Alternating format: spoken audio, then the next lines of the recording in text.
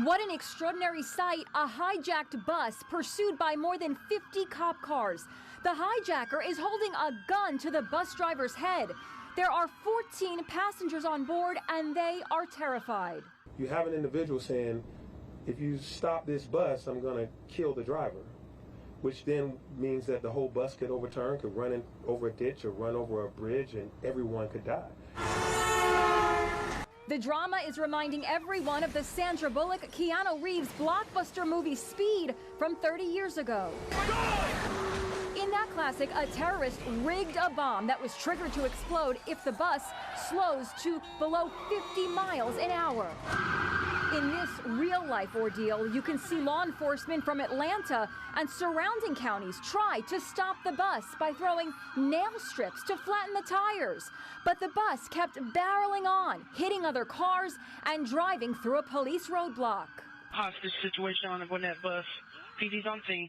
The deadly ordeal started in downtown Atlanta. Cops say the hijacker forced the driver to drive through the city and then onto Highway I-85. The individual did comment very boldly, I have bipolar, I am bipolar, so y'all don't mess with me, in so many words, when he was on the bus. The ride from hell finally came to an end when the bus was rammed by a tank-like Bearcat SWAT vehicle. 39-year-old Joseph Greer was taken into custody. Police today revealed an extraordinary development. The suspected hijacker was a witness to a mass shooting at an Atlanta food court right before he got on the bus. He was even interviewed on local TV. In a wild rant, he seemed to predict what was about to happen. My thing is, I'm in a manic episode. It was just called where you're almost about to get in trouble because you're doing so screaming ready. A short time later, he boarded the bus and chaos followed. We believe that there was an altercation on the bus and that the hijacker disarmed a citizen and then used that weapon to injure a passenger and then used that weapon to force the driver to do what we saw him do. The other passengers were not physically harmed. The suspect, who has 19 prior felony arrests, will be charged with murder, among other offenses. Cops say there is zero connection between the shooting at the food court and what happened on the bus. Atlanta police say 39-year-old Joseph Greer shot and killed another passenger on board the Gwinnett County Transit bus and ordered the driver to take off. Good evening. Thanks so much for joining us. I'm Tom Haynes. I'm Courtney Bryant. The chase barreled down roads throughout Atlanta, DeKalb County and Gwinnett County before ending just east of Tucker. Fox 5's Brittany Edney joins us live in Gwinnett County, and Brittany just talked exclusively to Greer's family about what happened. Brittany? Yeah, Courtney, one of Greer's family members shared with me his long-term struggle with mental illness. She reveals that recently, though, he's had a lot of behaviors that haven't seemed normal. She says that he has acted erratically and that they have tried to get him help. Police have arrested 39-year-old Joseph Greer in connection to the fatal shooting inside the hijacked Gwinnett County Transit bus. My God. Lord have mercy, it's Joseph.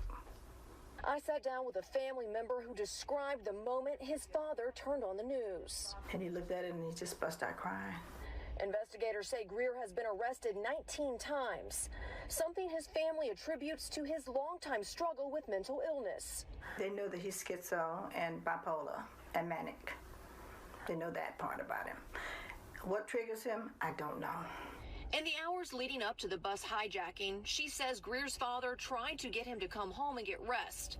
They were worried about him since he recently lost his job, but ultimately, Greer rejected that intervention. Like if he don't take his medication, if he don't sleep for a period of time, he starts babbling. I mean, we know that he's getting ready to go off on the deep end, and you can't stop him.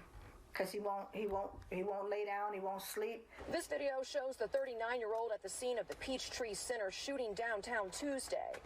Investigators say the incidents are unrelated, but shortly afterwards, Greer got on the bus. A high-speed chase and shooting that took the life of Ernest Byrd Jr.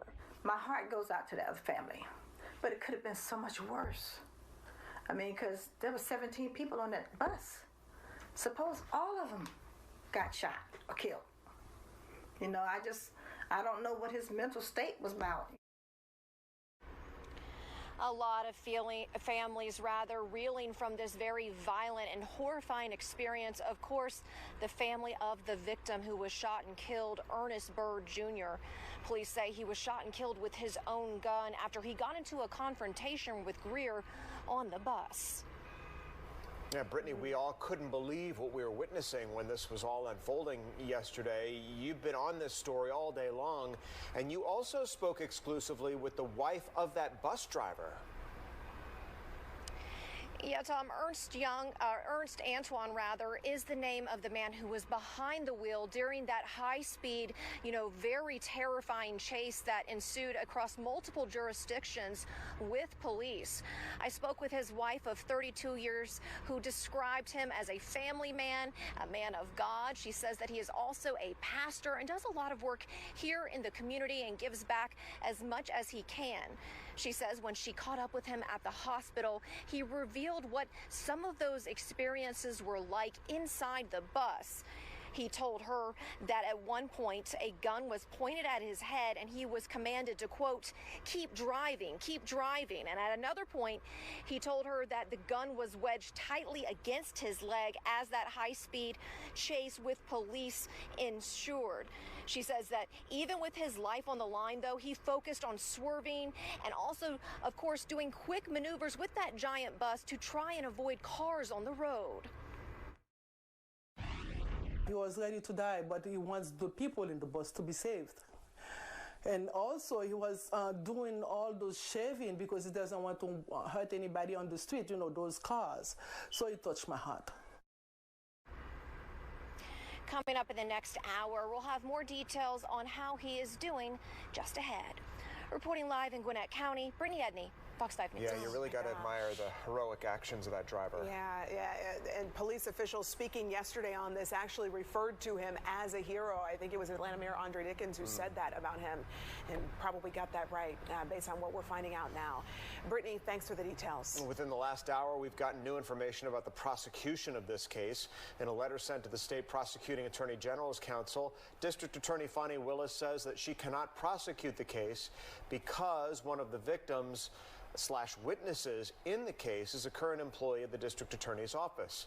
The DA writes that results in a conflict of interest for her office.